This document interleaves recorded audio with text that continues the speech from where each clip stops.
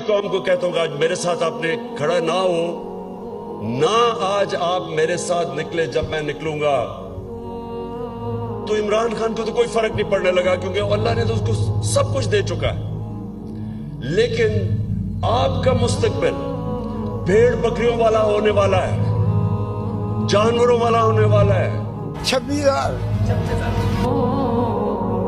हम होने चाहिए, कभी जिंदगी नहीं आना आया मकान सस्तियां होनी चाहिए, बिल कम होने चाहिए। पूरी जिंदगी च कभी बिल नहीं आया।